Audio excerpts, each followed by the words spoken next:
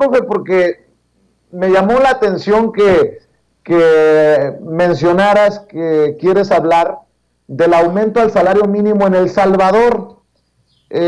Han minimizado, desestimado los esfuerzos del presidente Andrés Manuel López Obrador en México por elevar el salario mínimo, pero en El Salvador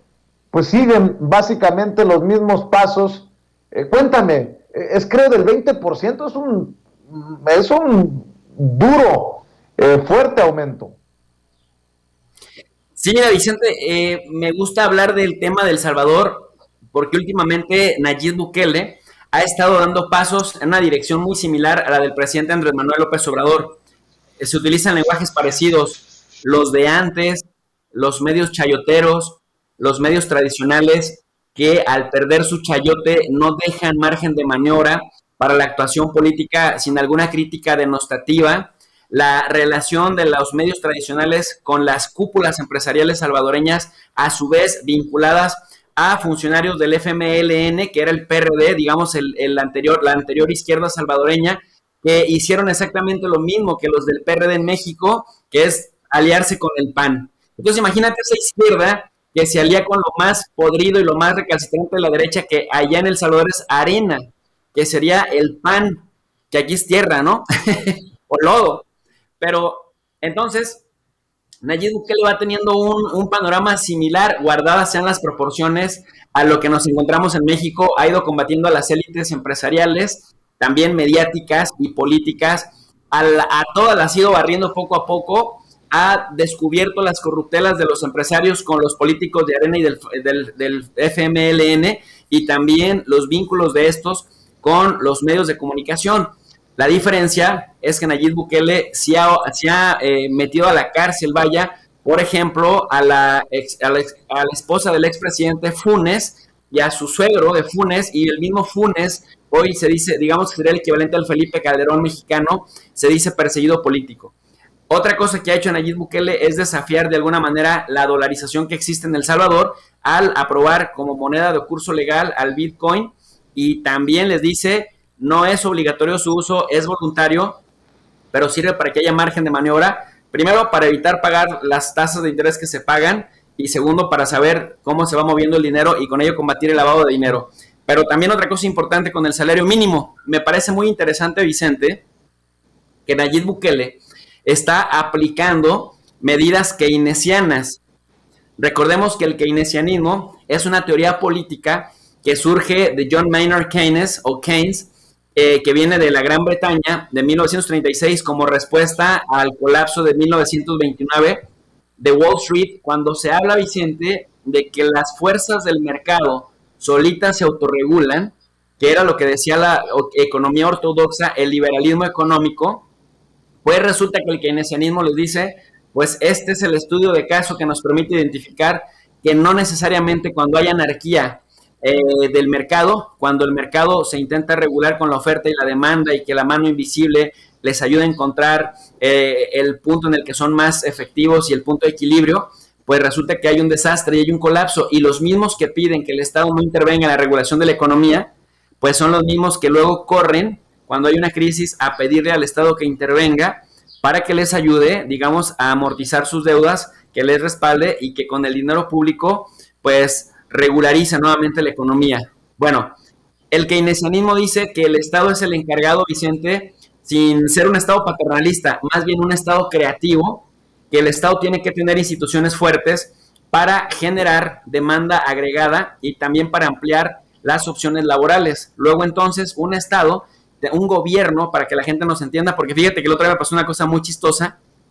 Yo hablaba de El Salvador como un Estado, decía el Estado salvadoreño, porque en las relaciones internacionales, pues así le llamamos a los países, ¿no? Y también al aparato de gobierno, el Estado mexicano, el Estado salvadoreño, y la gente como que no entendía el lenguaje, y me reclamaron: es que El Salvador no es un Estado, es un país de Centroamérica. Bueno, hago la aclaración: cuando me refiero al Estado, me refiero al aparato de gobierno, al tecnicismo con el que nos referimos en la ciencia política y en las relaciones internacionales, al aparato de gobierno, que entonces tiene la obligación de ampliar la demanda o de tener demanda agregada. ¿Qué significa esto? Que al ayudar a la población incrementando el salario, incentivando el empleo atrayendo inversión. Entonces la gente se vuelve más pues poderosa en términos adquisitivos y puede comprar más, puede ahorrar más y puede invertir más. Pero lo interesante de esta propuesta de Nayib Bukele, presidente salvadoreño, es que también va a ser una especie de subsidio por 12 meses a las empresas, sobre todo a las pequeñas y medianas empresas, para que durante esos 12 meses le den chamba a la gente, le aumenten el salario al mínimo, que va a aumentar 20%,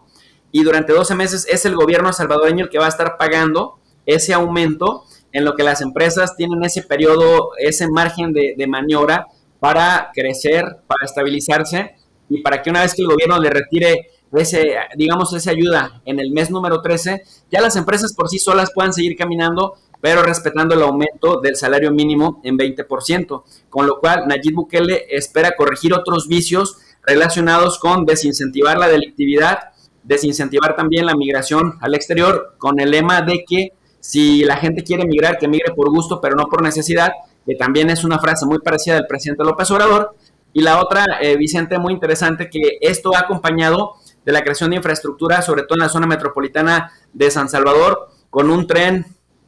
que va a agilizar también la movilidad en el país, también con la construcción de un estadio de fútbol y una biblioteca espectacular. Es decir, va acompañado pues no solamente de discursos sin acciones, sino también de inversión en infraestructura, que es prácticamente, Vicente, lo que nosotros llamamos en economía o en relaciones internacionales o incluso en la ciencia política, un modelo keynesiano que vamos a observar qué resultados da en el mediano plazo. Muy bien, pues estaremos al pendiente y como siempre nosotros también comprometidos con las trincheras independientes como las tuyas. Profe, ¿por qué no cerramos invitando a la gente para que te siga en YouTube, para que te siga en Twitter? Pues invito a toda la gente para que nos siga en el canal de Tu Profe de RI. Tu Profe de RI, RI significa Relaciones Internacionales, y justamente nos dedicamos a analizar la geopolítica, las organizaciones internacionales, desde la teoría de relaciones internacionales, para dar herramientas de análisis de manera gratuita para todas las personas. Y recordarles, Vicente, que el valor agregado que tiene nuestro canal de Tu Profe de RI es que en la descripción de cada video dejamos una lectura en formato PDF completamente gratuita en español, que todo el mundo la puede descargar. Son lecturas de revistas, de editoriales universitarias, todas reconocidas a nivel nacional e internacional, con la finalidad pues de que el único requisito que tenga la gente para aprender sea tener ganas de aprender a analizar las relaciones internacionales. Muy bien, profe, te mando un abrazo y nos vemos aquí el próximo viernes o antes si lo amerita la noticia. Un abrazo, Vicente, y muchas gracias como siempre por la colaboración. Gracias, es el profesor Jesús López Almejo hablando con nosotros sin censura, Tu Profe de